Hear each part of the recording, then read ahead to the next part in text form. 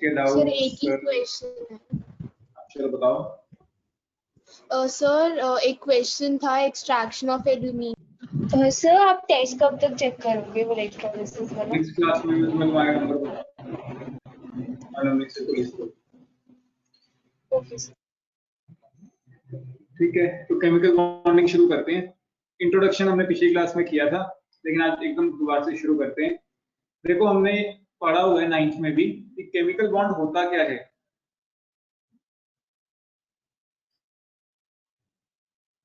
Chemical bond क्या होता है? ये एक तरह की अट्रैक्टिव फोर्स होती है। मान लो मैं कहता हूं कि दो ए के एटम्स से उनके बीच कोई बॉन्ड बना। ये जो केमिकल बॉन्ड होता है, ये केमिकल बॉन्ड होता क्या है? एक तरह के अट्रैक्टिव फोर्स जो इन दोनों एटम्स को इकट्ठे पकड़ के रखती है। ठीक है, जितने भी एटम्स जुड़ रहे हैं उन सबको पकड़ के रखती है एक अट्रैक्टिव फोर्स। उस अट्रैक्टिव फोर्स को हम क्या बोलते हैं? Chemical bond. केमिकल बॉन्ड क्या है? It is an attractive force, it is an attractive force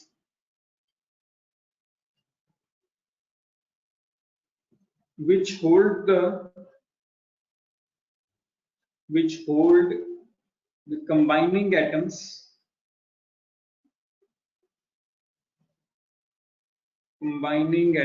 together.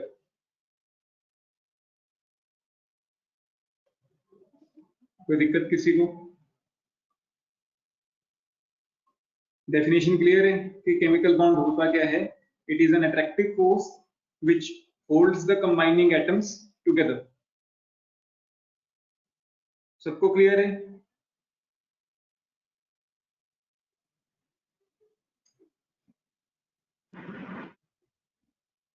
Yes sir clear है।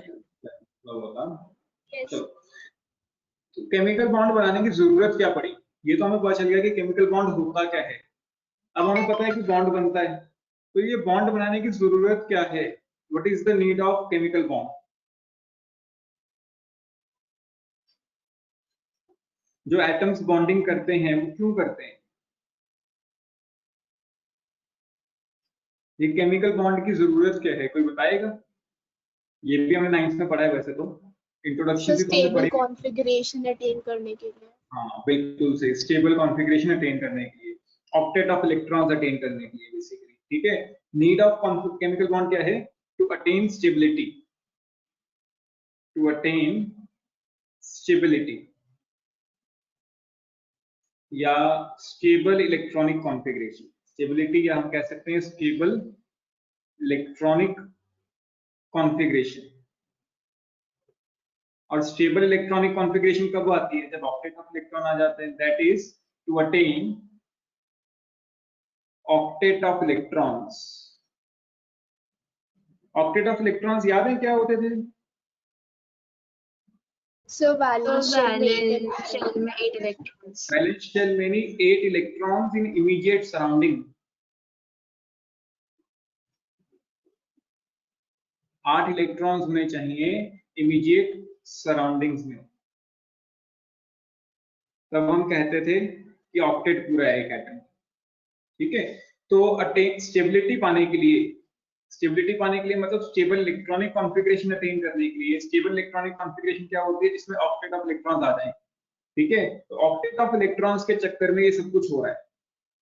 ठीक है, तो ऑक्टेट पाने के लिए एटम्स केमिकल बॉन्ड बनाते हैं। केमिकल बॉन्ड क्या होता है? एक अट्रैक्टिव फोर्स होती है जो उन एटम्स को पकड़ के रखती है। कोई डाउट यहां तक? सर इसमें ड्यूप्लेट रूल नहीं आता? डुप्लेट हम पढ़ेंगे जब हम बॉन्डिंग करेंगे। वो हीलियम का ये केस है, हाइड्रोजन का जो बॉन्डिंग के केस में आता है वो हम पढ़ेंगे। कोई टेंशन, अभी ऑक्टेट लिखो, कोई दिक्कत नहीं है। ठीक है, अगर लिखना है ऑक्टेट ऑफ इलेक्ट्रॉन्स और ब्रैकेट में लिख सकते हो duplet in case of hydrogen molecule. ये हम पढ़ेंगे, duplet in case of H2।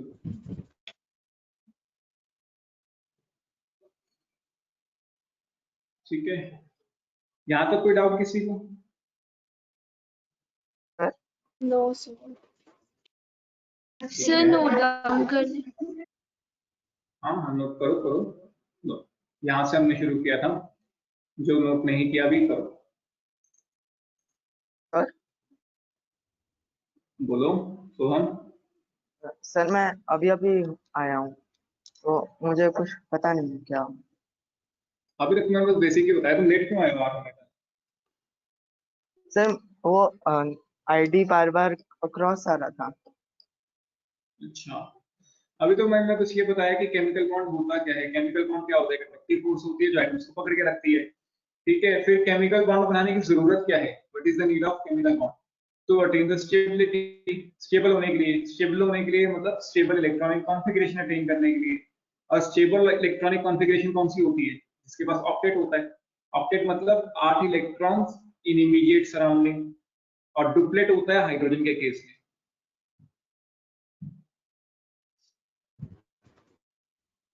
अभी तक तो कुछ किया नहीं है इतना। कोई डाउट? So ऊपर करते हैं। हाँ सर। ऊपर लो।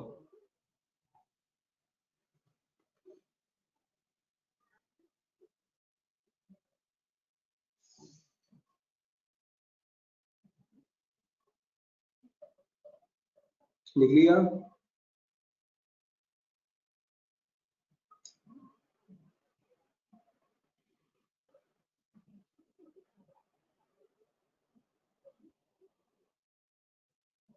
लिख लिया सबने? Yes, sir. अंग्रेजी पिछले चैप्टर के नोट्स नहीं बनाए थे ना? Yes sir। पिछले चैप्टर के नोट्स नहीं बनाए थे ना तुमने? सच सच बताना। नहीं सर बनाए थे। नहीं सर बनाए थे। चलो ठीक है ठीक है ठीक है। सर मैं आपको तो आज ही पिक भेज दूंगी। ठीक है। सर टाइप्स मैंने ऑफ ऊपर केमिकल नोट बॉन्ड डाउन नहीं किया। नोट नहीं कौन किया सा? ऊपर वाला। What is the need of chemical bond? फटाफट करो, बाकी सबने कर लिया।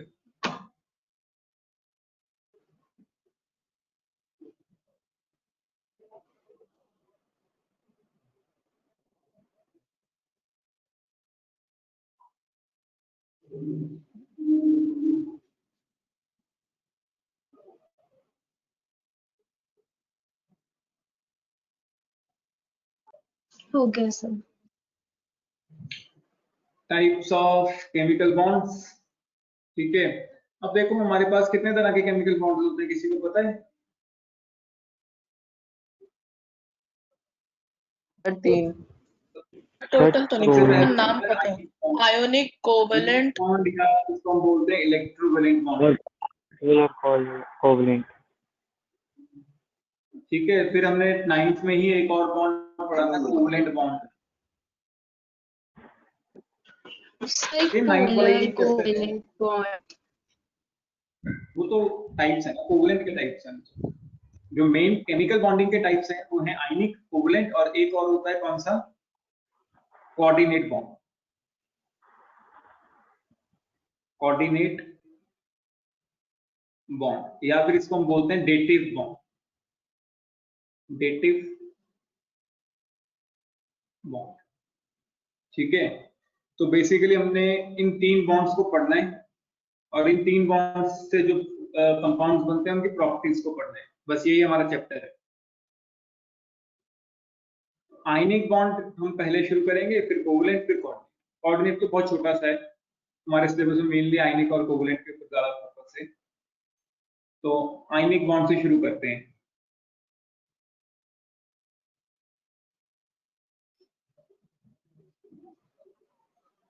बताओ भाई, कौन बताएगा आयनिक बॉन्ड क्या होता है? सर जो दो So दो मेटल्स ions के बीच metals. Third law transfer of electron. It is a bond formed by, transfer of electrons. loss or it is a सर जो फॉर्म्ड अनायंस और बाय कैटायंस फॉर्म करते हैं। Transfer of electrons. ट्रांसफर मतलब loss and gain. yes. Loss and gain of electron. अब कौन loose करता है और कौन गेन करता है वो भी हमें पता होना चाहिए। ठीक है, जो मेटल है, it is form between metal and non metal. पहला point, it is form between metal and non metals. Metal non metals के बीच बनता है, ठीक है, और मेटल्स एंड हाइड्रोजन,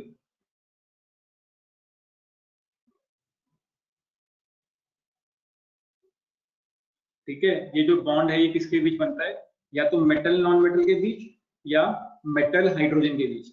बेसिकली तुमने ये चेक करना है कि मेटल है, अगर मेटल है तो 100% है कि वो बॉन्ड कैसा है, आयनिक।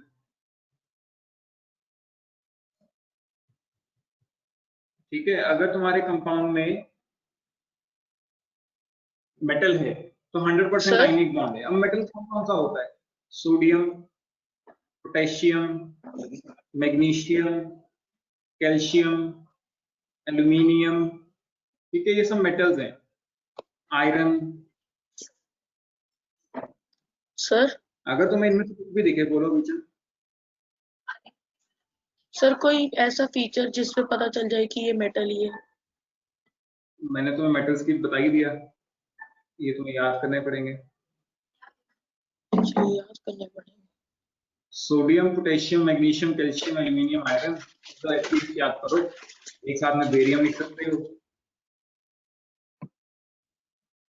ठीक है। ये तो कॉमनली यूज मेटल्स हैं जो तुम्हें बताए हैं, और भी हो सकते हैं, है भी बहुत सारे, लेकिन जो तुम्हारे सिलेबस में मेनली पूछे जाते हैं वो यही। एक सीजियम लिख सकते हो, CS, ठीक है, इसके ऊपर भी तुम्हारे सिलेबस में क्वेश्चन है। तो ये 4-5 मेटल्स तुम्हें याद रखने पड़ेंगे कि अगर ये तुम्हें दिख गया किसी भी कंपाउंड में तो मतलब वो आयनिक बॉन्ड है, इनमें से कुछ भी दिख गया अगर। यहां तक नोट कर लिया सबने? कॉपर भी तो मेटल है।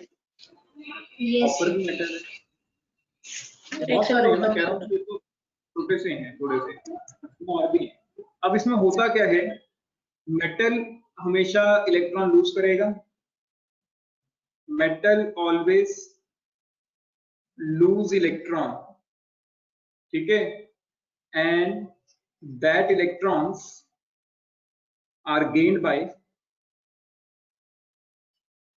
नॉन मेटल, ठीक है। मेटल हमेशा क्या करेगा, इलेक्ट्रॉन को लूज किया करेगा, और जो नॉन मेटल हुआ करेगा वो इलेक्ट्रॉन को गेन किया करेगा। कोई डाउट?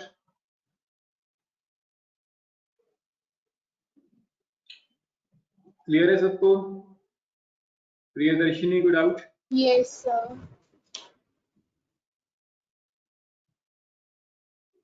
सोहम?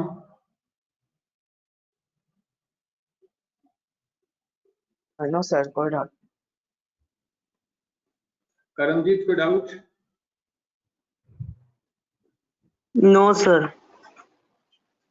ठीक है, नेहा क्यों नहीं आई, आज चलन गई थी?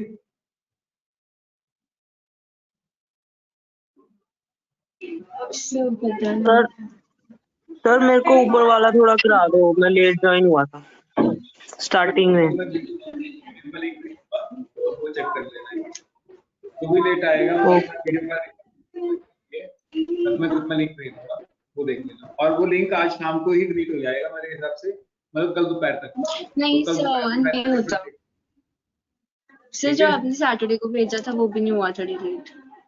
वो आज होंगे ना सारे, अब कल दोपहर को सारे डिलीट हो जाएंगे, जो टाइमिंग है उसके हिसाब से। मैंने आज ही चेक किया, तो आज जो टाइमिंग था वो आ रहा था कल के था। तो कोई बात नहीं, आगे देखो।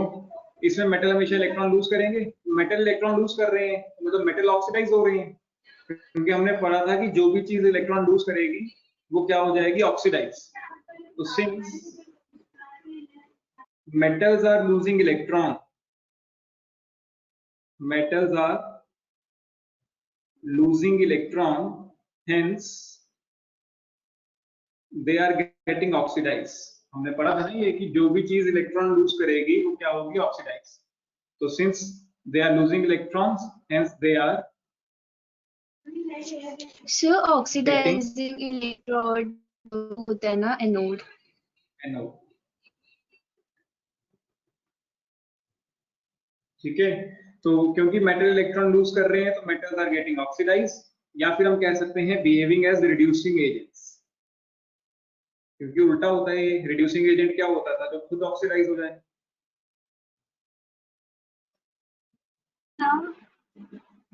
बोलो आदमी।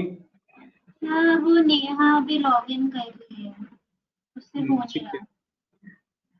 ठीक है, उसे को एकदम एग्जिट कर दे, दोबारा से लॉग इन करे। लॉग इन तो पहले ही करने शुरू कर दिया करो 10-15 मिनट पहले, क्योंकि मैं आधा घंटा पहले लग जाता हूँ आपको, क्योंकि मुझे पता है कभी सॉफ्टवेयर काम करता है कभी नहीं करता, कभी वैसे कोई दिक्कत आ जाती है। जियो वाले जियो का 4 महीने आ गए, जियो फाइबर अभी तक। तो मेटल्स क्या करते हैं, लूजिंग इलेक्ट्रॉन। जो मेन पॉइंट्स हैं वो इस टाइम में ये हैं कि मेटल्स इलेक्ट्रॉन लूज कर रहे हैं। लूज कर रहे हैं तो वो क्या हो रहे हैं, ऑक्सीडाइज हो रहे हैं। जो चीज खुद ऑक्सीडाइज होती है उसको हम क्या बोलते हैं, रिड्यूसिंग एजेंट्स। ठीक है, नॉन मेटल्स के लिए उल्टा हो जाएगा। नॉन मेटल्स क्या कर रहे हैं, इलेक्ट्रॉन गेन कर रहे हैं। Since non metals are gaining electrons, hence they are getting reduced.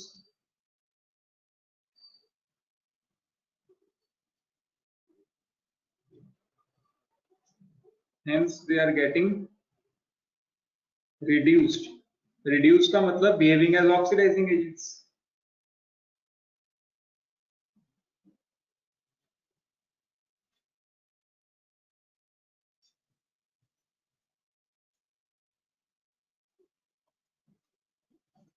कोई डाउट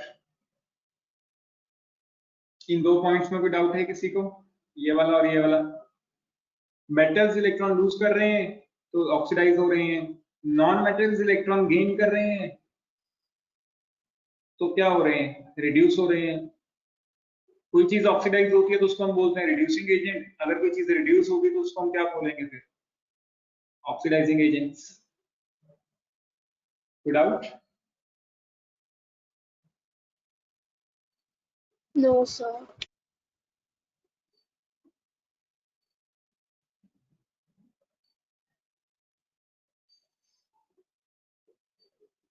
लिख लिया सबने ये?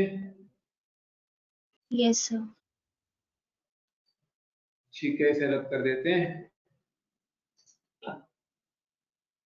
इसके बाद है Lewis dot structures. Lewis dot structures. बाद में लुईस डॉट स्ट्रक्चर्स क्या होते थे, 9th में पढ़ा था ये। वो ईच डॉट रिप्रेजेंट करते थे इलेक्ट्रॉन। ये रिप्रेजेंटेशन है, it is a representation.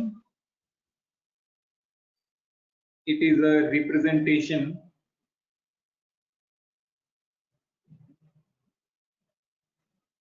in which sir ये लुईस डॉट स्ट्रक्चर सिर्फ आयनिक बॉन्ड में होते हैं? नहीं, कोवेलेंट के भी होंगे, पहले आयनिक पढ़ रहे हैं तो आयनिक करेंगे तो कोवेलेंट देख लेंगे। It is a representation in which symbol of an element is represented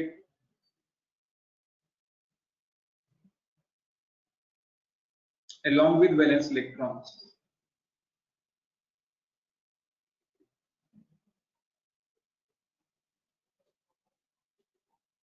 हम सिंबल के साथ क्या लिखते हैं, वैलेंस इलेक्ट्रॉन। जैसे अगर हम मैग्नीशियम की बात करें, मैग्नीशियम के पास टोटल 12 इलेक्ट्रॉन होते हैं। ठीक है, 12 इलेक्ट्रॉन है तो उसकी कॉन्फ़िगरेशन क्या हो जाएगी, कॉन्फ़िगरेशन लिखने किस किस को नहीं आती, अभी भी सबको आती है कॉन्फ़िगरेशन लिखनी। यस तो सबसे बाहर वाले इलेक्ट्रॉन होते हैं उसको हम बोलते हैं। किसी ने बोला कि मुझे नहीं आती, मुझे पता कौन था,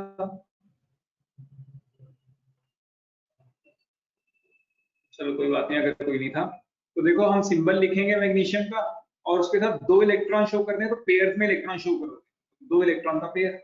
या तो ऐसे शो कर दो या फिर डॉट की जगह क्रॉस से इलेक्ट्रॉन शो कर सकते हो।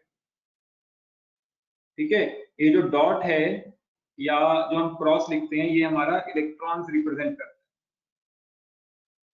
ठीक है, तो हमने क्या किया है, बस सिंबल लिखा है किसी एलिमेंट का और उसके साथ में उसके वैलेंस इलेक्ट्रॉन्स रिप्रेजेंट किए हैं बाय डॉट और क्रॉस।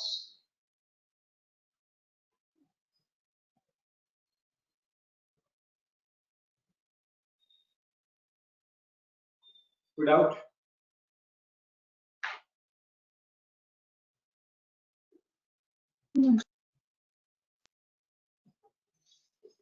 करो, नोट करो इसे।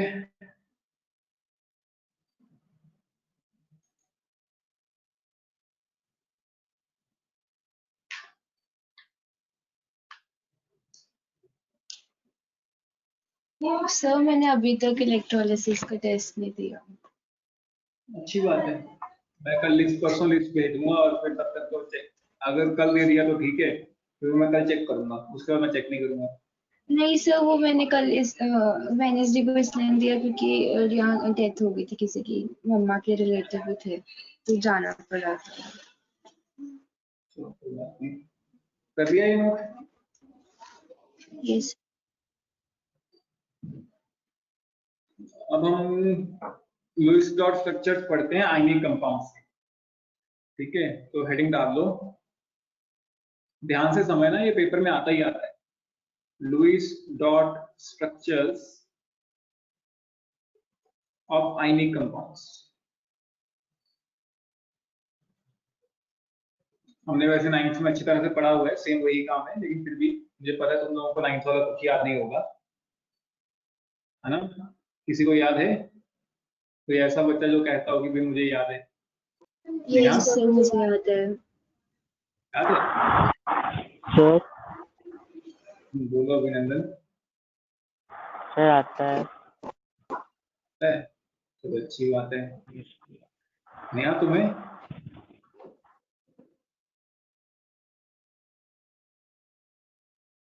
पता नहीं, नेहा तो आवाज जा रही है। चलो कोई बात नहीं। Lewis dot structure for ionic compound. अब मान लो मुझे NaCl का स्ट्रक्चर बनाना है, तो पहले तो तुम्हें पहचानना आना चाहिए कि आयनिक कंपाउंड है। कोई लिख के नहीं देगा कि आयनिक कंपाउंड है, तुम्हें पहचानना है कि यहाँ सोडियम है, मेटल आ गया तो मतलब ये आयनिक कंपाउंड है। पहला काम तो यही है कि पहचानो कि आयनिक कंपाउंड है। मैंने पहचान लिया कि आयनिक कंपाउंड है, कैसे? इसके अंदर मेटल आ गया, मेटल आ गया तो ये आयनिक कंपाउंड बन गया। ठीक है, अब इसका स्ट्रक्चर बनाना है, लुईस डॉट स्ट्रक्चर। तो वो स्ट्रक्चर कैसे बनाते हैं, देखो, Na कितना है? 1, Cl कितना है? 1, तो मतलब एक Na लिख लो और एक Cl लिख लो। ठीक है, जितने जितने एटम्स वहां दिए हैं उतने उतने एटम्स वहां लिख दो, Na और Cl। अब Na के वैलेंस इलेक्ट्रॉन देख लो, Na के पास क्योंकि 11 इलेक्ट्रॉन होते हैं, कॉन्फ़िगरेशन हो गई 281, तो 1 वैलेंस इलेक्ट्रॉन, तो मतलब इसके पास 1 वैलेंस इलेक्ट्रॉन है।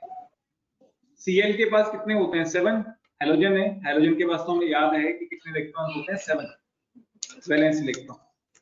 तो 2 4 2 2 का पेयर बना के लिखना है, 6, और एक अलग से यहाँ पे लिख देते हैं। अब देखो, ऑक्टेट पूरा करने के लिए इसको 1 इलेक्ट्रॉन लूज करना है। सोडियम ने अपना 1 इलेक्ट्रॉन किसको दे दिया? क्लोरीन को। मेटल अपना इलेक्ट्रॉन किसको देता है? नॉन मेटल को। क्लोरीन के पास 7 इलेक्ट्रॉन तो थे, क्लोरीन के पास कितने इलेक्ट्रॉन थे? 7 वैलेंस इलेक्ट्रॉन। इसको कितने इलेक्ट्रॉन चाहिए थे? एक और चाहिए था, need 1 electron to complete octet, to complete its octet. तो इसने वो 1 इलेक्ट्रॉन किससे ले लिया? क्लोरीन से, सोडियम से। सोडियम ने अपना 1 इलेक्ट्रॉन किसको दे दिया? क्लोरीन को। इससे हमें क्या मिला? सोडियम आयन, एक सोडियम आयन, और एक क्या मिला? Chloride ion. सोडियम ने 1 इलेक्ट्रॉन लूज कर दिया तो उसके ऊपर +1 चार्ज आ गया। क्लोरीन ने 1 इलेक्ट्रॉन गेन कर लिया तो उसके ऊपर कैसा चार्ज आ गया? -1। अब ये दोनों मिलके क्या बना देंगे? NaCl। डाउट? No sir. समझ आया? Yes sir. नोट करो इसे।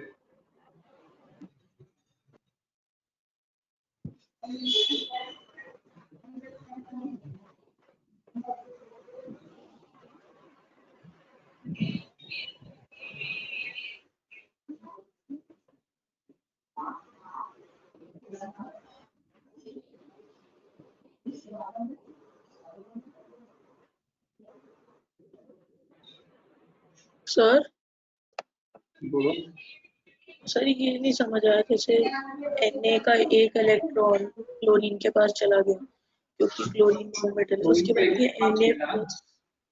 Yes sir. क्लोरीन को एक इलेक्ट्रॉन चाहिए था, तो वो क्लोरीन ने इलेक्ट्रॉन किससे ले लिया? सोडियम से। सर फिर ये नीचे कैसे लिख रहा है सर? सोडियम ने अपना एक इलेक्ट्रॉन लूज किया तो उसके ऊपर +1 चार्ज आ गया। Yes sir. क्लोरीन ने एक इलेक्ट्रॉन गेन किया तो उसके ऊपर -1 आ गया। जितने लूज करोगे उतना प्लस, जितने गेन करोगे उतना माइनस। एक इलेक्ट्रॉन लूज किया था तो +1, एक इलेक्ट्रॉन गेन किया यहाँ पे तो -1, दोनों मिलकर क्या बना देंगे? ठीक है। डाउट? No sir. और किसी को डाउट?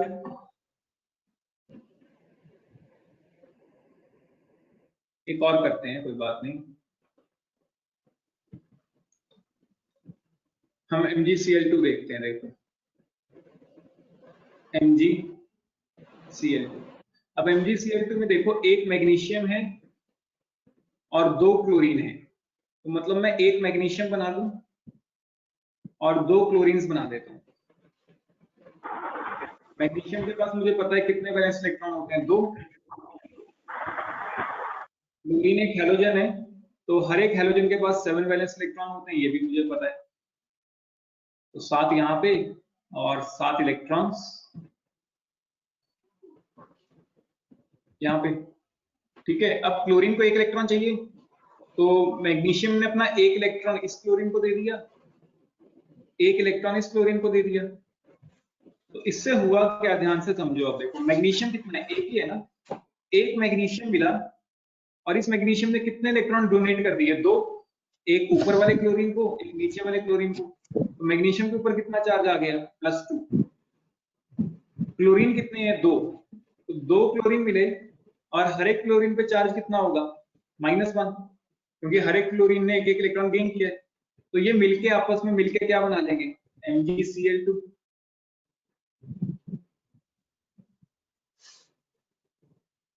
किस किस को समझ नहीं आया अभी भी? सर एक चीज पूछनी थी। पूछो। सर जो आपने इसके बाद स्टेप लिखा है 1 Mg+2 ये वाला, सर हम 9th में ऐसे लिखते थे, मतलब हम सीधा वो लिखते थे Mg+2 और ओके।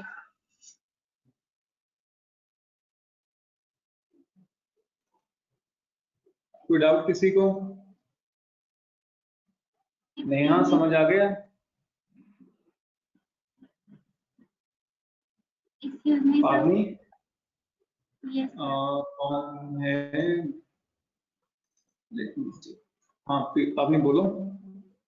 सर, आयोनिक बॉन्ड में आयोनाइजेशन पोटेंशियल और एंथैल्पी का कोई रोल है? वो अभी हम करेंगे, वो कंडीशंस हैं, अभी हम बनाना सीख रहे हैं, अभी कंडीशंस पे आएंगे, टेंशन मत लो, वो भी करेंगे। कंडीशंस और प्रॉपर्टीज अभी करेंगे। ठीक है। ठीक है, तो वो भी हम करते हैं। अभी तो हम स्ट्रक्चर बनाना सीख रहे हैं, स्ट्रक्चर बनाने सीखने के बाद प्रॉपर्टीज पढ़ेंगे उसकी। यहाँ तक कोई डाउट किसी को? No sir. अब अगर मुझे कैल्शियम ऑक्साइड बनाना होता तो बताओ कैसे बनाओगे? देखो कैल्शियम कितना है? 1। ऑक्सीजन कितना है? 1। तो एक कैल्शियम दिखा देता हूँ, एक ऑक्सीजन दिखा देता हूँ। कैल्शियम के पास कितने वैलेंस इलेक्ट्रॉन होते हैं? 2। और ऑक्सीजन के पास कितने होते हैं? 6। 2 4 6। 6 कैसे? ऑक्सीजन का एटॉमिक नंबर है 8, तो 8 इलेक्ट्रॉन हो गए। उसकी कॉन्फ़िगरेशन क्या हो गई? 2 6, 6 वैलेंस इलेक्ट्रॉन। कैल्शियम जो है उसका एटॉमिक नंबर है 20, तो कॉन्फ़िगरेशन हो गई 2 8 8 2। वैलेंस इलेक्ट्रॉन कितने हुए? 2। ठीक है, अब देखो इसके पास 6 इलेक्ट्रॉन्स तो हैं, तो इसको कितने इलेक्ट्रॉन चाहिए? 2 इलेक्ट्रॉन। ऑक्टेट पूरा करने के लिए कितने इलेक्ट्रॉन चाहिए? 2। तो ये दोनों के दोनों इलेक्ट्रॉन खुद ही ले लेगा, तो हम दोनों एरोज इसकी तरफ ही दिखाएंगे, इस तरह से कि दोनों इलेक्ट्रॉन्स किसको चले गए? ऑक्सीजन को। अब ध्यान से समझो, कैल्शियम कितना है? 1 ही है, तो एक कैल्शियम मिला, कैल्शियम ने कितने इलेक्ट्रॉन डोनेट कर दिए? 2, तो इसके ऊपर चार्ज कितना आ गया? +2। और ऑक्सीजन कितना मिला? एक ही। ऑक्सीजन के ऊपर कितना चार्ज आएगा then quickly? सर -2। -2, क्योंकि उसने 2 इलेक्ट्रॉन गेन किए। तो ये दोनों मिलके आपस में क्या बना लेंगे? CaO। कोई डाउट किसी को? No sir. नोट करो इसे। सर बोलो विचल। सर आपने बताया कि ऑक्सीजन अपने आप 2 ले लेगा, तो एरो उसकी तरफ वो नहीं समझ रहे। एरोस तो हमें दिखानी पड़ेंगी ना। एरो कैल्शियम ने अपने 2 इलेक्ट्रॉन ऑक्सीजन को दे दिए, तो 2 एरोस हमने दिखाई कि ये वाला इलेक्ट्रॉन भी ऑक्सीजन को चला गया, ये इलेक्ट्रॉन भी ऑक्सीजन को चला गया, ये ऑक्सीजन की तरफ जा रही है। अगर तुम्हें एरो में कंफ्यूजन है तो ये ऑक्सीजन की तरफ जा रही है। इस तरह से ये जो ऊपर वाला इलेक्ट्रॉन था ये भी ऑक्सीजन को चला गया, नीचे वाला इलेक्ट्रॉन भी ऑक्सीजन को चला गया। Okay sir.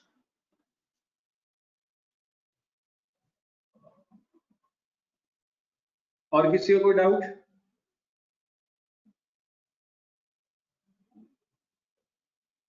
किसी को भी कोई डाउट है? No sir. नोट करो। जिसका हो गया वो एल्यूमिनियम क्लोराइड का स्ट्रक्चर बनाए अपनी अपनी कॉपीज में, और जो बना लेगा वो मुझे व्हाट्सएप कर दे। Aluminium chloride AlCl3। ठीक है, इसके बाद तुमने स्ट्रक्चर बनाना है किसका? एल्यूमिनियम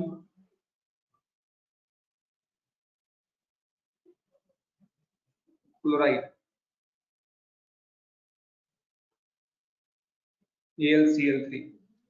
Sir, aluminium का atomic number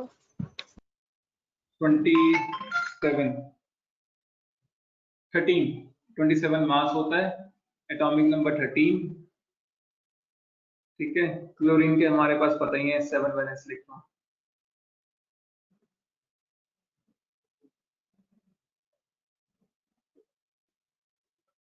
sir first 20 elements में सल्फर के बाद क्या आता है? सर हमें शो करना है कि उसके एटॉमिक नंबर इतना है। हाँ, नहीं नहीं, तुम्हें बस शो करना है। एटॉमिक नंबर वाला तो जरूरी नहीं है, तुमको बस डायग्राम बनाना है।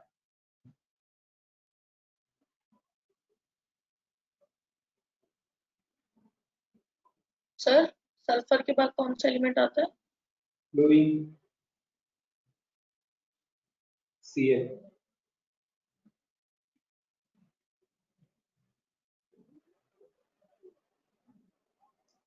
उसके बाद आर्गन।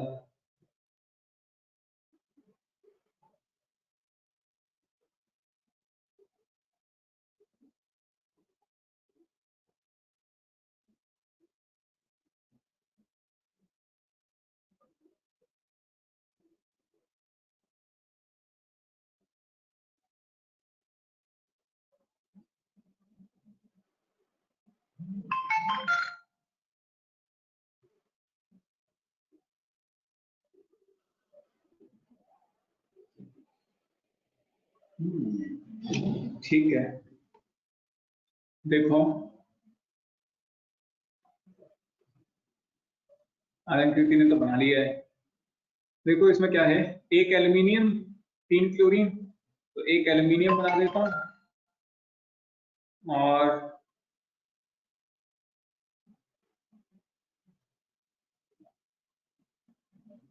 ऐसे मत बनाओ, ऐसे कोवलेंट का लगता है, वैसे एक ही साइड पे बनाओ। एल्यूमिनियम एक साइड पे और सारे के सारे क्लोरीन फिर एक साइड पे। जो अलग अलग साइड वाला होता है ना वो थोड़ा कोवलेंट का लगता है देखने में, वो ऐसे बनाओ नॉर्मल। ठीक है, एल्यूमिनियम के पास 3 वैलेंस इलेक्ट्रॉन है, तो वो तीनों इलेक्ट्रॉन मैं यहाँ शो कर देता हूँ, 1 2 3। क्लोरीन के पास हर एक के पास 7 इलेक्ट्रॉन हैं।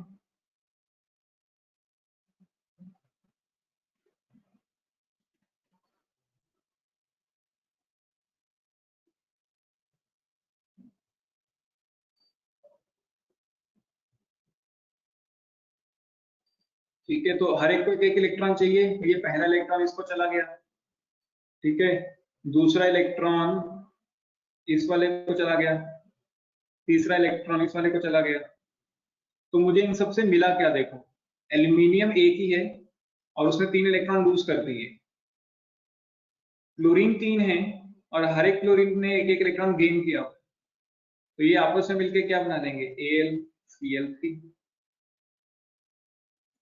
कोई डाउट किसी को? Excuse me sir. बोलो पावनी। जब आपने एल्यूमिनियम में एक ही साइड पे 3 डाल दिए तो हम कितने भी डाल सकते हैं एक हाँ साइड? हाँ वो कोई दिक्कत नहीं। हाँ हाँ बनाओ, ऐसे कोई दिक्कत ओके। नहीं।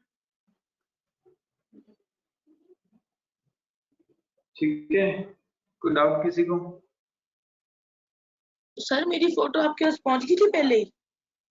ना, मेरे पास कब आई है शायद, पहले अभिनंदन, पहले अनंती की आई थी, फिर कृष्ण की, अब आई है। नेट ही नहीं चल बड़ा घुमा घुमा के बनाया है वो। रहा। सर वो मैंने ना पहले ऐसी फ्रंट से शुरू कर दिया, मैंने पहले 3 नहीं डाले। कोई बात नहीं, ऐसे कोई गलत तो नहीं है ना? नहीं गलत नहीं है, लेकिन इतना भी मत घुमाओ, तुमने तो पूरा ठीक ऐसे है सर। मतलब यहाँ से शुरू करके ऐसे घुमा घूम के ऐसे कहीं जाके लेके गए। Okay sir. किसका स्पीकर ऑन है? चलो आगे बढ़ते हैं। मेरा ही है, मेरी बहन लड़ रही है पापा से। अच्छा, conditions for formation of ionic compound. Conditions for formation of ionic compound.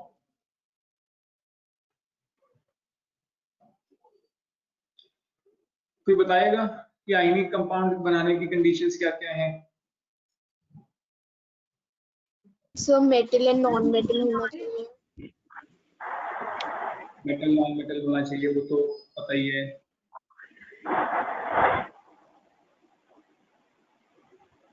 देखो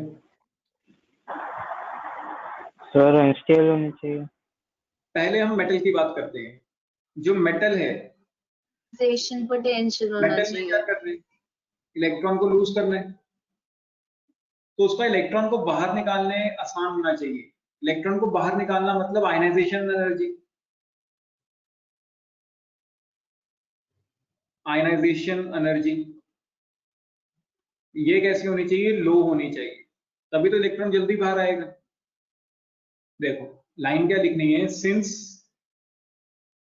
during formation of ionic compound, during formation of ionic compound metal loses electron. Metal क्या कर रहा है, इलेक्ट्रॉन्स को लूज करते हैं, metals lose electron, hence more easily a metal lose electron,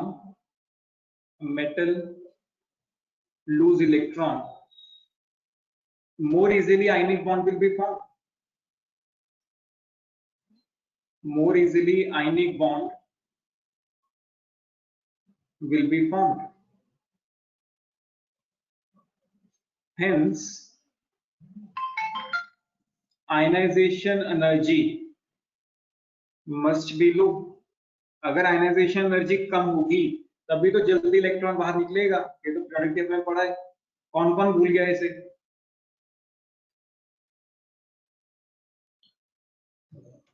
ये पढ़ा था ना कि अगर आयनाइजेशन एनर्जी कम होती है तो जल्दी इलेक्ट्रॉन बाहर आ जाता है। तो ये पहली condition, Yes sir. Ionisation energy must be low. Ionisation energy किसकी, मेटल की, ऑफ मेटल।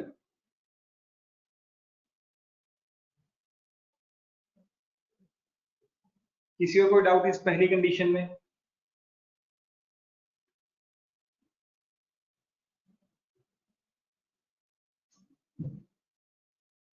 कोई डाउट है किसी को?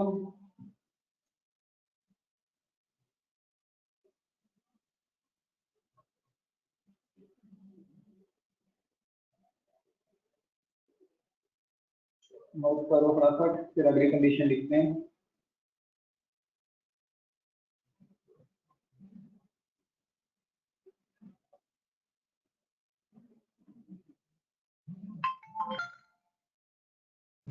सर आयनाइजेशन एनर्जी हाई नहीं होना चाहिए?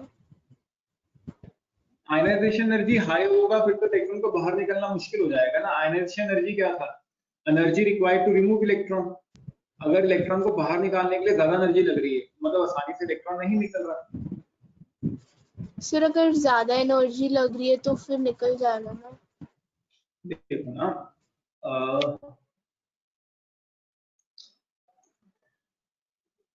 ये मेरा न्यूक्लियस है, ये मेरा वैलेंस इलेक्ट्रॉन है, ठीक है। मैं चाहता हूं कि इसको बाहर निकाल दूं, तो अगर मुझे ज्यादा एनर्जी देनी पड़ रही है तो मतलब इलेक्ट्रॉन जल्दी बाहर नहीं निकल रहा, स्ट्रांगली अट्रैक्टेड है। अगर हल्की सी एनर्जी से ही बात बन जाए तो जल्दी इलेक्ट्रॉन बाहर निकल आएगा। ज्यादा एनर्जी के लिए ज्यादा हीट करना पड़ेगा ना, एक तरह से ज्यादा टाइम लगेगा, तो आयनिक कंपाउंड लेट बनेगा। कम एनर्जी में बात बन जाए तो जल्दी इलेक्ट्रॉन बाहर आ जाएगा। नहीं समझ आया प्रियदर्शनी? सर आ गया। और किसी को कोई डाउट?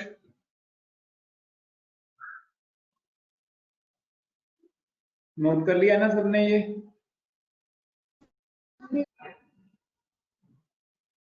ठीक है, अब हम नॉन मेटल की बात करते हैं। तो ये तो मेटल की बात हो गई। सेकंड कंडीशन है नॉन मेटल के ऊपर।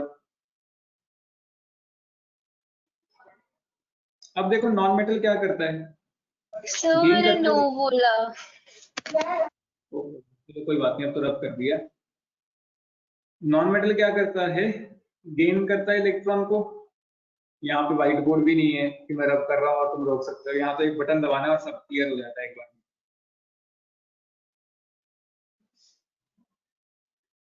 नॉन मेटल क्या करता है? इलेक्ट्रॉन को गेन करता है, ठीक है। तो गेन करने वाली कौन सी एनर्जी थी? Electron affinity. Electron affinity high होनी चाहिए, तभी तो जल्दी गेन करेगा, ठीक है। तो इसमें हम क्या लिखेंगे? Since non metal gains electron during ionic compound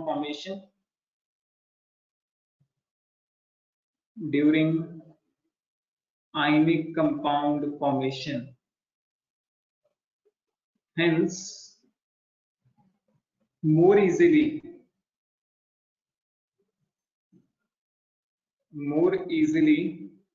it gains electron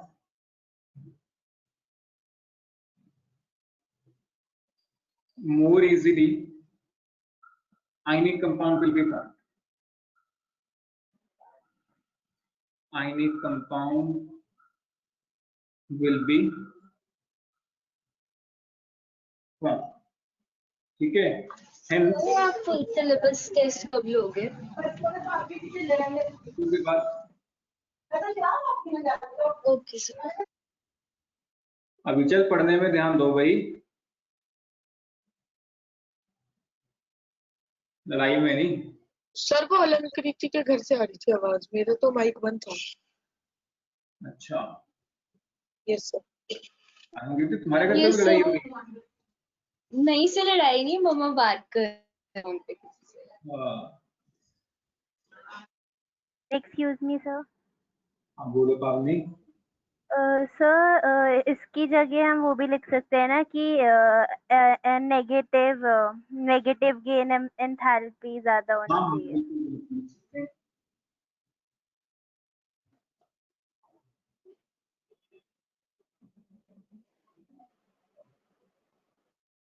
कोई डाउट किसी को इसमें?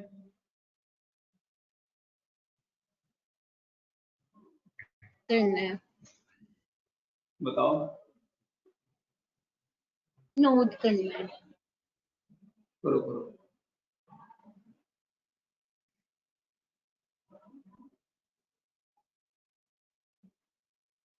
सर बोलो अभिनंदन। सर ये मतलब क्या है? ये मतलब इलेक्ट्रॉन एफिनिटी, इलेक्ट्रॉन गेन करने की टेंडेंसी। पीरियोडिक टेबल में किया था ना?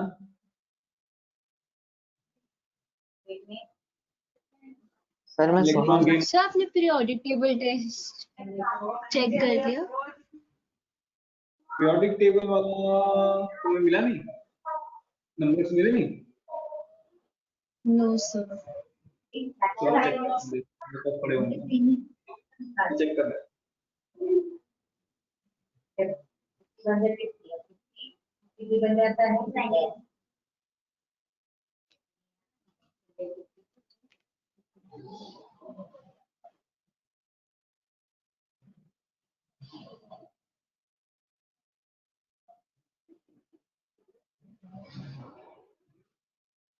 लिख लिया सबने? Yes sir. सर आपने आपको याद है आपने लास्ट लाइन ये लिखवाई थी, hence more easily a metal loses electrons more easily ionic bond will form. उसका हेंस आयनाइजेशन अगेंस्ट भी लो, बस ऐसे लिखा होगा। उसके बाद अगला है इलेक्ट्रोनेगेटिविटी डिफरेंस।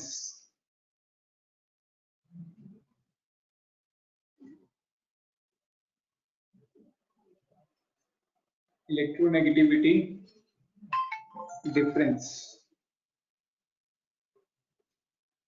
अब देखो, एक को इलेक्ट्रॉन लूज करना है, एक को इलेक्ट्रॉन गेन करना है, तो ये काम होने के लिए इलेक्ट्रोनेगेटिविटी डिफरेंस कैसा होना चाहिए? हाई। तो electronegative difference between combining atoms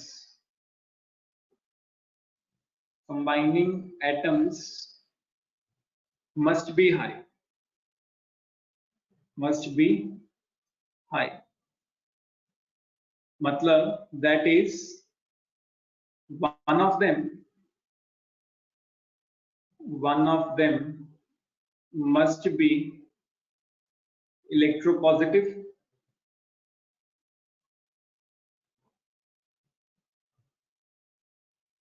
and other must be electronegative। एक इलेक्ट्रोपॉजिटिव होना चाहिए और एक इलेक्ट्रोनेगेटिव होना चाहिए। इलेक्ट्रोपॉजिटिव मतलब मेटल, इलेक्ट्रोपॉजिटिव्स कौन होते हैं? मेटल्स। और इलेक्ट्रोनेगेटिव किसको हम बोलते हैं? नॉन मेटल्स को। ये तुमने पढ़ा ही है ना कि एक मेटल होना चाहिए, एक नॉन मेटल होना चाहिए। तो मतलब इलेक्ट्रोनेगेटिविटी डिफरेंस कैसा होना चाहिए? ज्यादा होना चाहिए। एक मेटल होना चाहिए और एक नॉन मेटल होना चाहिए। कोई डाउट? सर बट इलेक्ट्रोनेगेटिविटी वो होता है ना, लाइक अगर वो बढ़ा तो उसमें से इलेक्ट्रॉन, तो सर अगर इलेक्ट्रोनेगेटिविटी हाई हुआ तो फिर इलेक्ट्रॉन्स गेन करना मुश्किल। दो एटम्स के बीच बॉन्ड बनाना है, किसी एक को तो अब मान लो मुझे ये चाहिए कि इलेक्ट्रॉन यहाँ पे चले जाएं, तो ये अपने आप तो जाएंगे नहीं ना, तो बी को कैसा होना पड़ेगा? इलेक्ट्रोनेगेटिव, तभी तो वो खींचेगा अपनी तरफ इलेक्ट्रॉन। अपने आप तो चल के जाएंगे।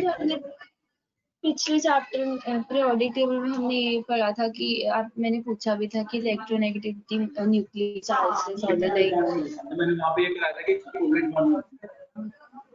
तो यहाँ पे तो बस हम ये लिख रहे हैं ना इलेक्ट्रोनेगेटिव डिफरेंस। यहाँ इलेक्ट्रोनेगेटिविटी की हम बात नहीं कर रहे हैं, हम डिफरेंस की बात कर रहे हैं कि एक ज्यादा इलेक्ट्रोनेगेटिव होना चाहिए और एक नॉन इलेक्ट्रोनेगेटिव होना चाहिए। मतलब एक इलेक्ट्रोपॉजिटिव होना चाहिए और एक इलेक्ट्रोनेगेटिव होना चाहिए। यहाँ तो मेटल नॉन मेटल की बात कर रहे हैं।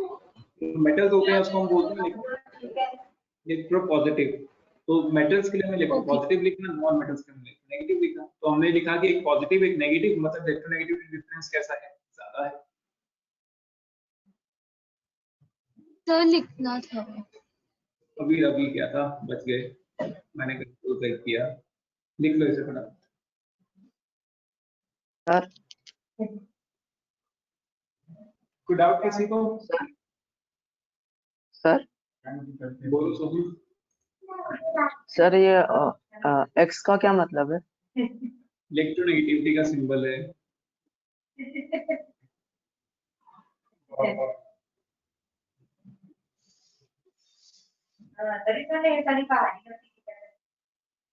सोहन के भी रिकॉर्डेड लेक्चर्स पड़े थे मेरे पास, मुझे चेक करने पड़ेंगे, तो मैंने डाल तो दिए हैं फोल्डर में, अपलोड करने हैं। सर मेरे को एक और चीज पूछनी थी, आपने यूट्यूब पे अपना इलेक्ट्रोलिसिस का चैप्टर डाला है? अभी नहीं डाला, जिस दिन डालूंगा उस दिन सोहन को भी लिंक दे दूंगा। नहीं सर, मैंने एक देखा था वो सेम ही था, हम थोड़ा थोड़ा हमारे वो इलेक्ट्रोकेमिस्ट्री है, वो +2 में कराया था, +2 वालों में। हमारा इलेक्ट्रोलिसिस है, उनका इलेक्ट्रोकेमिस्ट्री है, लगभग कुछ पार्ट सेम, कुछ क्वेश्चन सेम है।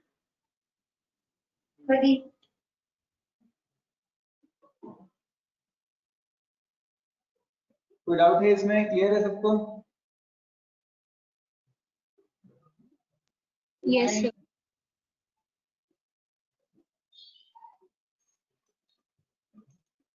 ठीक है, अगला देखें क्या टॉपिक है हमारे इसमें।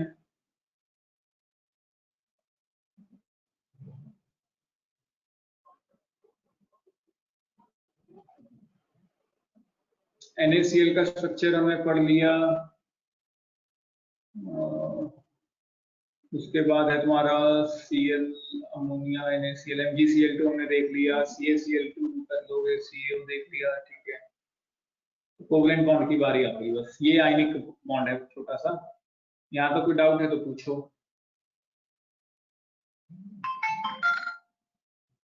कोवेलेंट बड़ा है? कोवलेंट बड़ा है थोड़ा।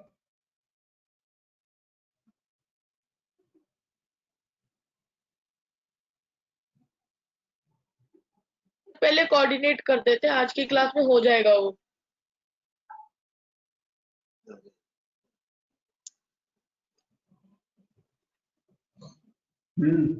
कोऑर्डिनेट तो कोवलेंट के बिना समझ ही नहीं आएगा, ऐसे थोड़ी ना बीच बीच में जंप कर लेंगे। ओके, आज हम क्वेश्चन करेंगे। स्क्रीन पे दिख रहे हैं क्वेश्चंस, इन टेक्स्ट क्वेश्चंस दिख रहे हैं? सही कंसाइज है ना? हाँ। First question, how do atoms attain noble configuration? By loss और गेन ऑफ इलेक्ट्रॉन या by formation of chemical bonds? इसका प्रॉपर आंसर क्या आएगा? By formation of chemical bonds. Chemical bond क्यों बनाते हैं? ताकि नोबल गैस कॉन्फिगरेशन अचीव हो जाए। कोई डाउट किसी को पहले क्वेश्चन में? No sir.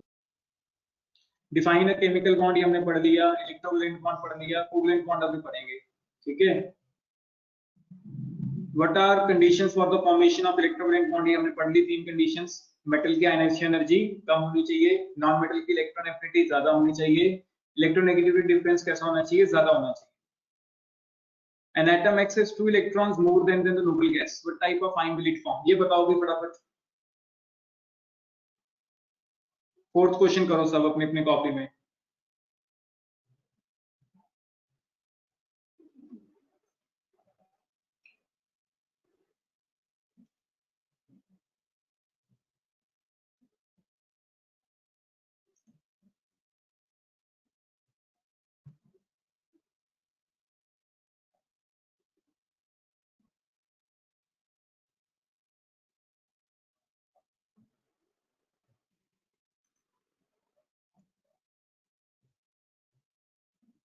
सर जितना आता था उतना हो गया।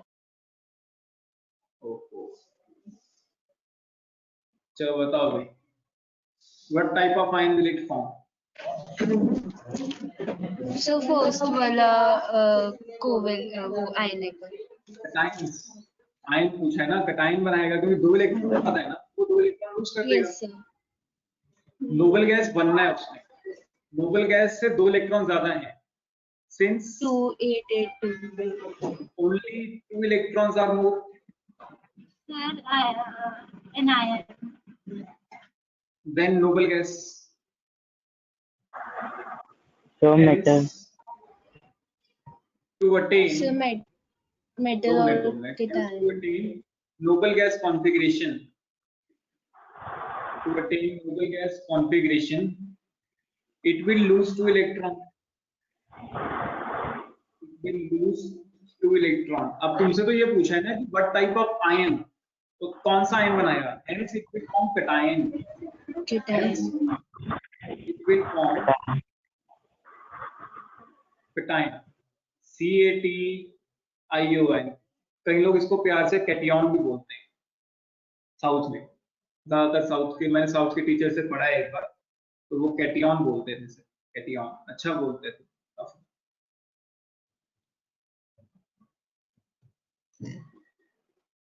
कोई डाउट? मतलब तुम लोग जो आज ऑनलाइन क्लासेस ले रहे हो ना, वो ऑनलाइन क्लासेस मैंने बहुत पहले ली थी अपने एमएससी के टाइम पे, साउथ के टीचर से पढ़ा था मैं उस टाइम केमिस्ट्री।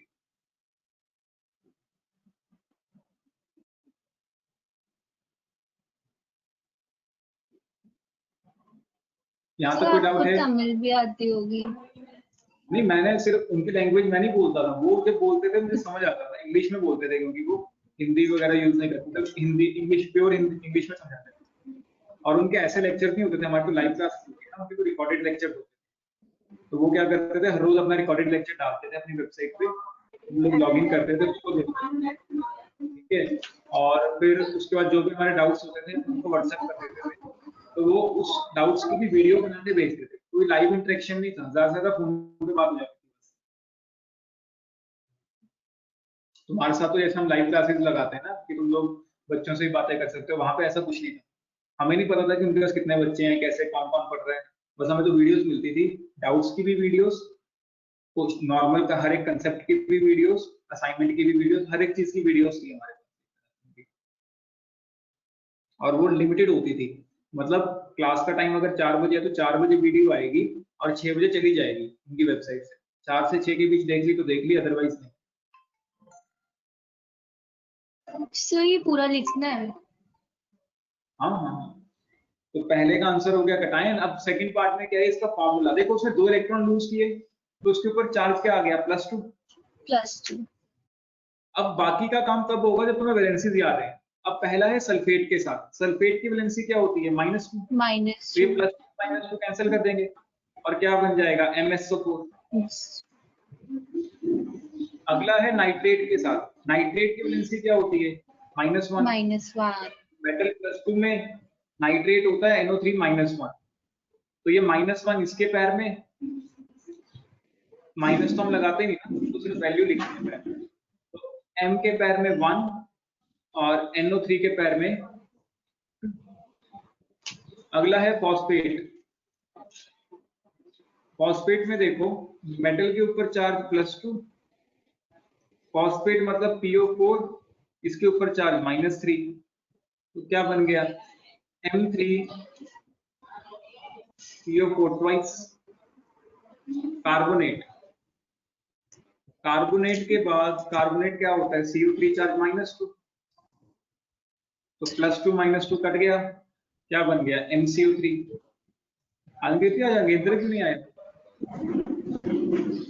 सो पता नहीं, हमारा भाई है तो पता होना चाहिए। नहीं सर, मेरी लास्ट बात उसके साथ लॉकडाउन पिछले से वीक पहले हुई थी, वो भी पबजी के रिलेटेड। नहीं सर, लास्ट वीक। पबजी खेलते हुए थी, ठीक है ठीक है। तो MOH ट्वाइस। किस किस को समझ नहीं आया? सर मुझे लिखना है ऊपर वाला। सबको समझ आ गया? लिखो इसे। सर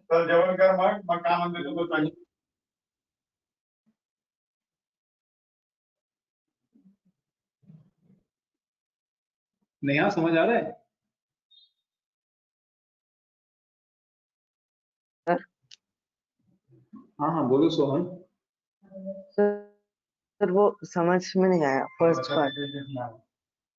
देखो ये कह रहा है कि इसके पास 2 इलेक्ट्रॉन ज्यादा हैं, और हमने क्या पढ़ा कि लॉस या गेन होगा ताकि नोबल गैस कॉन्फिगरेशन अटेन हो जाए, ठीक है। तो नोबल गैस अटेन करने के लिए उसको 2 इलेक्ट्रॉन एक्स्ट्रा वो लूज करने पड़ेंगे। 2 इलेक्ट्रॉन लूज किए तो कितना चार्ज आ गया, +2, मतलब कटायन बना।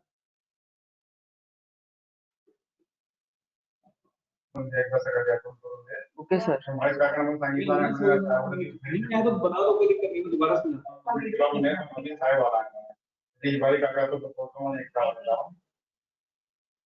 सोहम समझ आया? Yes sir. नोट कर लो ये।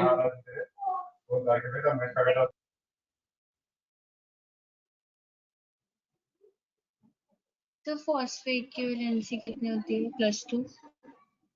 -3।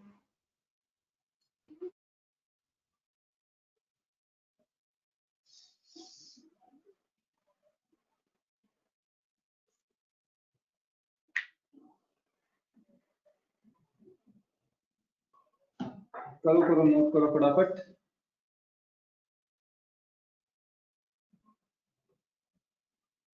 आज अभी तक तो नेटवर्क में कोई दिक्कत आई नहीं है ना, ठीक ठाक चल रहा है आज।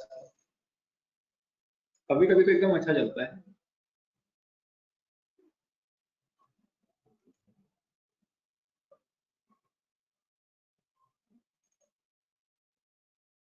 लिख लिया सबने? Yes sir. अगला क्वेश्चन देखते हैं।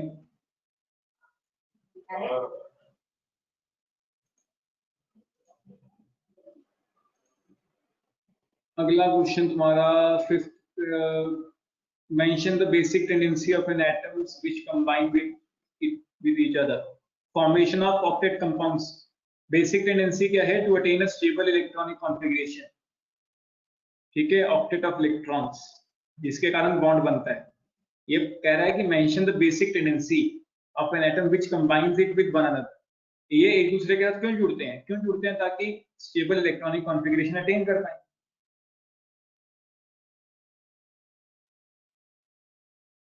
ठीक है, अगला है what type of compounds are formed between metal and non metals. Electrovalent compound, ionic compound, because metal loses electron and non metal gain electron. Why भी पूछा है ना, तो उसमें बताना पड़ेगा कि मेटल इलेक्ट्रॉन लूज करता है, नॉन मेटल इलेक्ट्रॉन गेन करता है। ट्रांसफर होता है, ट्रांसफर होने के कारण क्या हो जाता है? आयनिक कंपाउंड बन जाता है। कोई डाउट?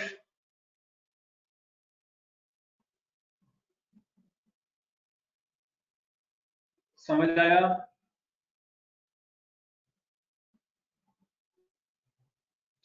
सेवंथ और 8th क्वेश्चन करते हैं। पहले 7th वाला ट्राई करो, फिर देखते हैं। पहले 7th क्वेश्चन।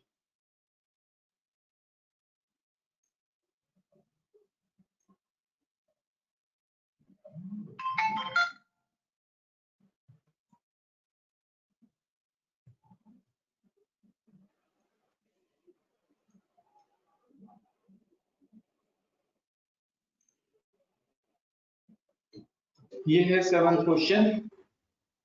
Hello sir. हाँ बोलो अंकिति। सर वो मेरी ऑडियो बंद हो गई थी, नेट। अभी तक तो कुछ कराया नहीं, अब तो 7th क्वेश्चन बता रहा हूँ, दिक्कत नहीं। Okay sir. ठीक है, बाकी मैं एक बार वीडियो का लिंक भेज दूंगा, तो लगता होगा कि कुछ मिस हुआ तो वहां से चेक कर लेना। देखो क्वेश्चन क्या है, in the formation of compound XY2, हमें पता है एक X होगा और 2 Y होंगे। ठीक है, क्योंकि XY2 है, एक X है और 2 Y है, यहां तक तो हमें पता है। Atom X gives 1 electron to each Y, तो ये हर एक Y को एक एक इलेक्ट्रॉन दे रहा है। एक इलेक्ट्रॉन इसने उस Y को दिया, एक इलेक्ट्रॉन इसने इस Y को दिया। ठीक है, तो what type of bond is form? Ionic. Transfer हुआ है, तो ये तो हमें पता चल गया आयनिक बॉन्ड। चलो ये तो क्लियर हो गया। ठीक है, ड्रॉ द ऑर्बिट स्ट्रक्चर। अब देखो एक एक इलेक्ट्रॉन गेन किया, तो इसके पास पहले से कितने कितने इलेक्ट्रॉन होंगे? 7। तभी तो सिर्फ एक इलेक्ट्रॉन लिया। अगर 7 इलेक्ट्रॉन पहले से होंगे तभी तो एक इलेक्ट्रॉन गेन कर रहा है ना। Since Y gain only 1 electron, hence it must have 7 valence electrons। ठीक है, तो होगा क्या? देखो एक तो X मिला जिसके ऊपर चार्ज था +2, और 2 Y मिले होंगे जिसके ऊपर चार्ज होगा -1, और इन्होंने मिलके क्या बनाया होगा? XY2। ये फॉर्मेशन शो कर दी हमने ऑर्बिट स्ट्रक्चर के हिसाब से। ये ऑर्बिट स्ट्रक्चर के हिसाब से नहीं है, ये हमने बनाया है Lewis dot structure. Orbit structure क्या होता है मैं तुम्हें वो भी सिखा देता हूँ। सर हमें ऐसे पेपर में मेंशन होगा कि तुम्हें डॉट या उससे यही बनाओ तो ज्यादा सही है, नॉर्मल वाला बनाओ, ये सबसे सही है। ऑर्बिट स्ट्रक्चर रहने दो। सर बट ऑर्बिट वाला हमें ऐसे क्वेश्चन में मेंशन होगा? नहीं, ऐसे कोई नहीं पूछेगा। हेलो दादी, क्लास चल रही है ना? क्लियर है? कोई डाउट है किसी को? अगर ऑर्बिट वाला बनाना भी पड़ जाए तो देख ही लेते हैं कैसे बनाना है, उसमें कोई दिक्कत नहीं है। देखो हमें ये पता है ना कि x के वैलेंस शेल में 2 इलेक्ट्रॉन है, तो ये हम x दिखा देते हैं। ठीक है, ये न्यूक्लियाई है और वैलेंस शेल का पता है हमें, हमें और कुछ पता ही नहीं, तो ये कोई वैलेंस शेल है। ठीक है, ये क्या है? Valence shell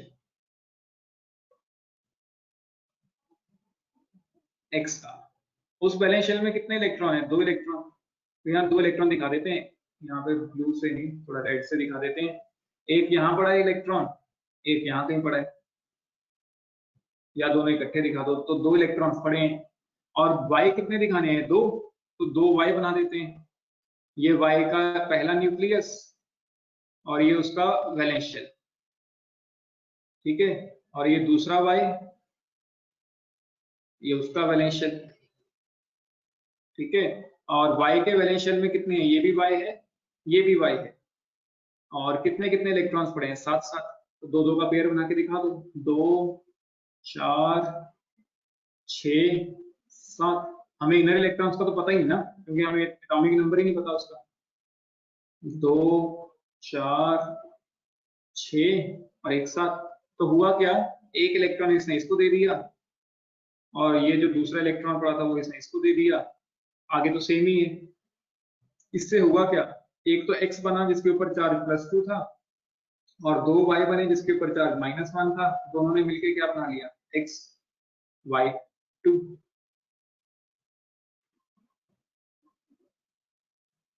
doubt?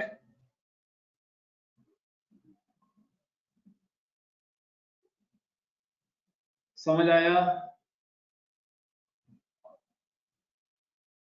Sir draw clear है करना है? सबको?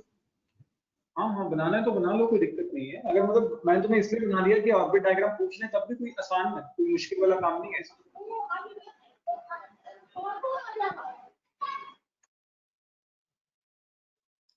क्लियर है सबको?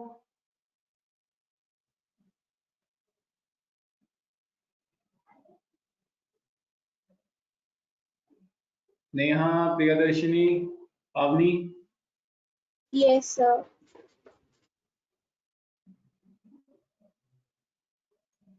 ठीक है, अगला क्वेश्चन मैं कॉपी करता हूँ, स्क्रीन पे लेके आता हूँ, फिर तुम लोग ट्राई करना। 8th question.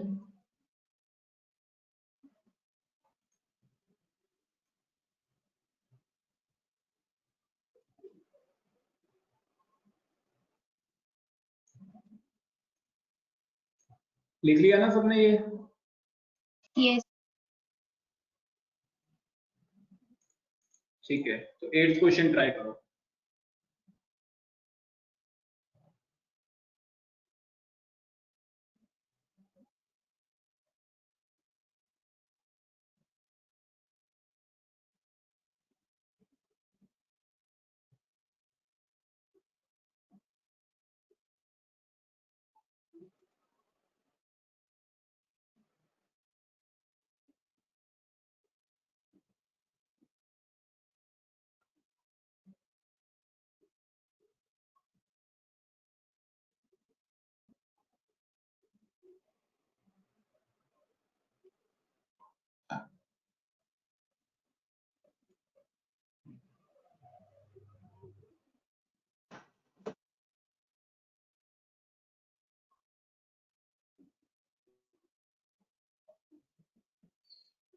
लिख लिया? क्वेश्चन हुआ ये? यस सर, हो गया। देखो, यस सर, हो गया। combines with a y which has one outermost electron। अब ध्यान से समझो, तो y के पास एक ही आउटरमोस्ट इलेक्ट्रॉन है, तो वो मेटल होगा। मतलब y क्या होगा? मेटल। मेटल्स कौन से होते हैं? जिसके पास एक या दो वैलेंस इलेक्ट्रॉन हो। अगर एक या दो वैलेंस इलेक्ट्रॉन है तभी वो मेटल होगा, और जो X है वो एक नॉन मेटल है। तो X एक नॉन मेटल है, ठीक है, और उसके पास कितने वैलेंस इलेक्ट्रॉन है? 7, 2, 4, 6 और एक 7, तो ये नॉन मेटल हो गया। अब क्या करना है, Y ने अपना एक इलेक्ट्रॉन किसको दे देना है? X को, ठीक है।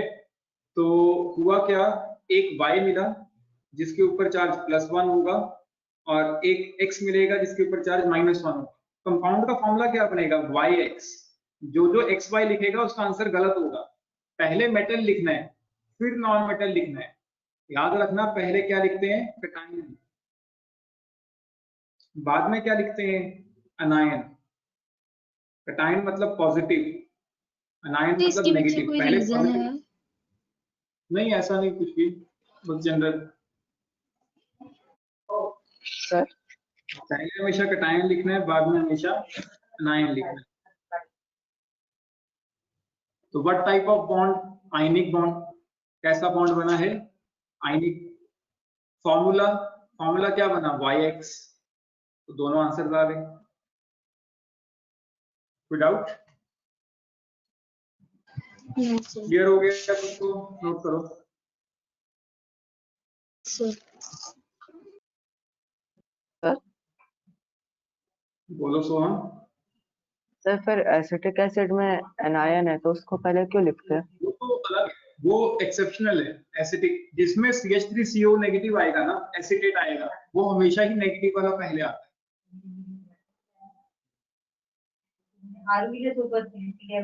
वो तो हमने 9th में पढ़ा है कि एसिटेट वाला हम पहले लिखते हैं हमेशा।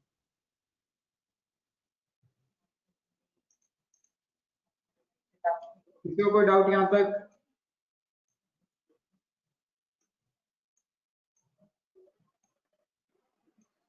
नो।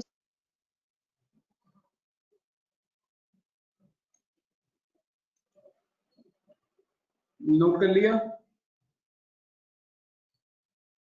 Yes sir. हमारी स्क्रीन पे एक टेबल है, या तो इसका स्क्रीनशॉट ले लो या इसको याद करना है, लिख लो इसे। देखो है क्या, प्रॉपर्टीज का कंपैरिजन है सोडियम और सोडियम आयन की। देखो सोडियम कैसा होता है? Silvery bright. देखिए सोडियम आयन कैसा होता है? कलरलेस। सोडियम कैसा होता है? पॉइजनस। सोडियम आयन कैसा होता है? Non poisonous. ये तुम्हें याद ही करना पड़ेगा। सोडियम कैसा होता है? रिएक्टिव। एक्टिव मतलब रिएक्टिव, ठीक है। एक्टिव का मतलब यहाँ पे क्या है? रिएक्टिव।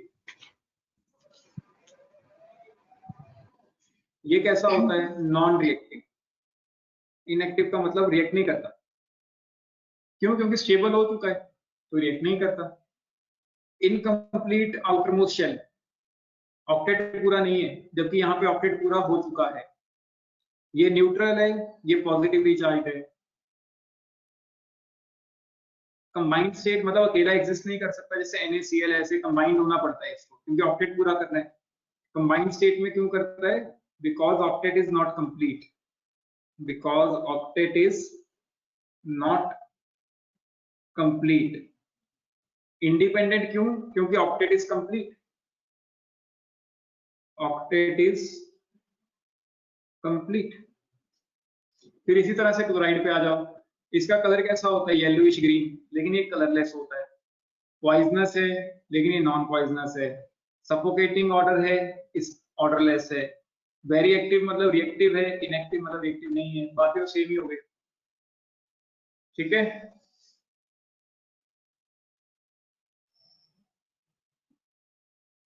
कोई डाउट किसी को? कुछ ना समझ आया हो? सर मुझे एक चीज पूछनी थी। सर पीबी का ना हमारे बुक में greyish white. And white when ये लिखा है।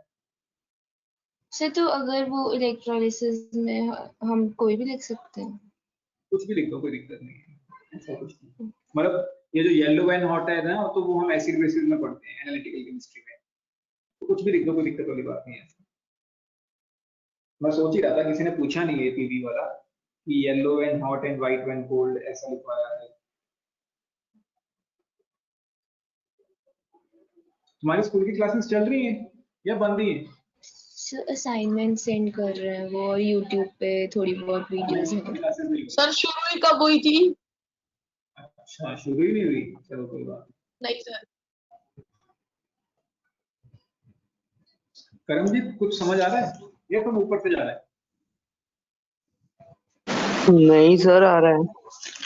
समझ आ रहा है ना? आज ऐसा क्यों लगता है कि कुछ बच्चे मिसिंग है? कौन कौन नहीं आया आज? एक तो अगेंद्र हो गया, और कौन नहीं आया आज? हाँ, पीटी हर्षवर्धन। हर्षवर्धन क्यों नहीं आया आज? सर अच्छा, उसने उसका आपको मैसेज किया है। तो 2 बच्चे नहीं आए, ठीक है। 2 बच्चे मतलब हमारे पास टोटल 10 बच्चे हैं, ठीक है। नोट कर लिया ये? Yes sir. ठीक है, उसके बाद हम अगला क्वेश्चन प्रैक्टिस कर सकते हैं। मतलब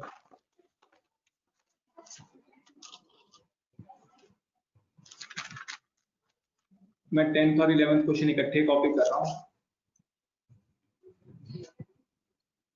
मतलब मैंने आयनिक कंपाउंड के सारे क्वेश्चन करा दिए जो कंसाइज में दिए हुए हैं मेरे पास। जो कंसाइज हो सकता है तुम्हारी कंसाइज लेटेस्ट एडिशन हो, उसमें कुछ ज्यादा क्वेश्चन हो। मेरे पास जो कंसाइज का एडिशन था, सर कौन सी PDF में, ईयर का आपका एडिशन? मुझे ईयर नहीं पता, मैंने देखा नहीं, कभी चेक नहीं किया फर्स्ट से।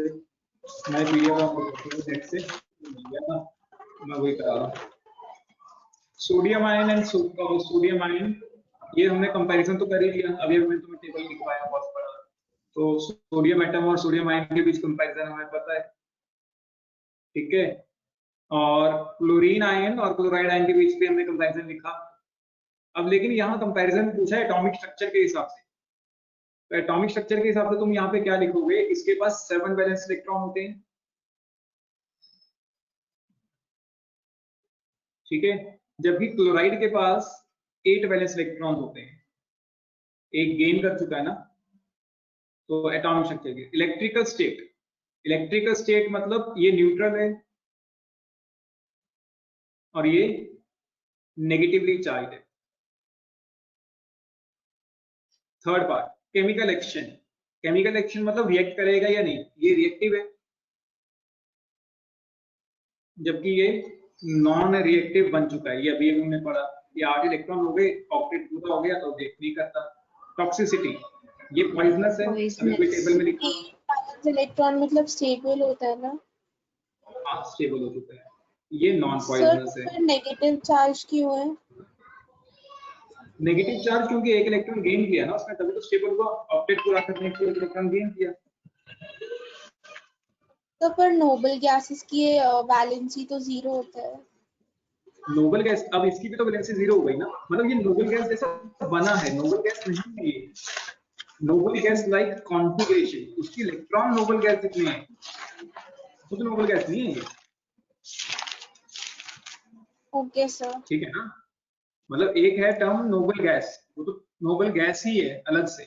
एक है नोबल गैस लाइक कॉन्फिगरेशन, मतलब जैसे नोबल गैस के पास 8 इलेक्ट्रॉन होते हैं, ऐसे इसके पास भी 8 इलेक्ट्रॉन हो गए, लेकिन ये नोबल गैस नहीं है, सिर्फ कॉन्फिगरेशन उसकी जैसी है।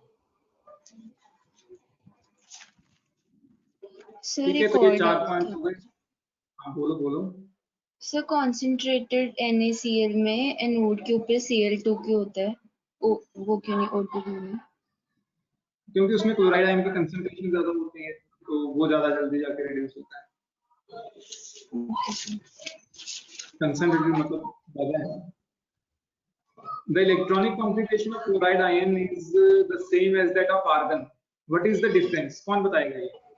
डिफरेंस क्या है? सर आर्गन एटम स्टेबल होता है। क्लोराइड और आर्गन में फिर फर्क क्या है? दोनों की इलेक्ट्रॉनिक कॉन्फ़िगरेशन तो सेम हो गई, नोबल गैस लाइक। एक नोबल गैस ही है, एक नोबल गैस लाइक है, ठीक है। अब देखो इसमें डिफरेंस क्या है? What is the difference between two? इसके अंदर 17 प्रोटॉन्स हैं। प्रोटॉन्स तो चेंज नहीं होते, क्लोरीन का एटॉमिक नंबर होता है 17, प्रोटॉन्स तो 17 रहेंगे, जबकि इसके अंदर कितने प्रोटॉन्स हैं? 18 प्रोटॉन्स हैं। ये सबसे बड़ा डिफरेंस जो तुम्हें पता होना चाहिए। ये तुमने पढ़ा है ना कि एटॉमिक नंबर से प्रोटॉन्स पता चलते हैं। एटॉमिक नंबर तो चेंज नहीं होता, चाहे कैटायन बने चाहे एनायन बने। तो इसके पास 17 प्रोटॉन्स हैं, जबकि इसके पास कितने प्रोटॉन्स हैं? 18। दूसरा, ये चार्ज्ड है, नेगेटिवली चार्ज, जबकि ये क्या है? न्यूट्रल। तो ये दो डिफरेंस मिल सकते हैं। कोई डाउट? सर इलेक्ट्रोप्लेटिंग में हमें कोई और पूछ सकते हैं या वो सिल्वर स्पून वाला ही है? सिल्वर वाला नहीं मेनली पूछते हैं, या प्लेटिनम पूछ लेते हैं, प्लेटिनम सल्फेट लेके प्लेटिनम कर दो।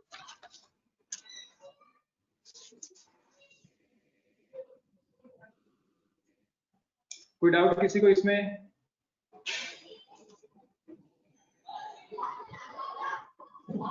आपको समझ आ गई? Yes sir. ठीक है, आज के लिए इतना ही। यहाँ पे हमारा आयनिक कंपाउंड खत्म होता है। अगले लेक्चर में हम शुरू करेंगे हमारा कोवलेंट कंपाउंड। अगली क्लास हमारी कल है, छुट्टी नहीं है कल। जो हमारी एक क्लास मिस हुई वो हम कल रख रहे हैं सेम टाइम। सर कल बायो की भी है। बायो की है कितनी बजे?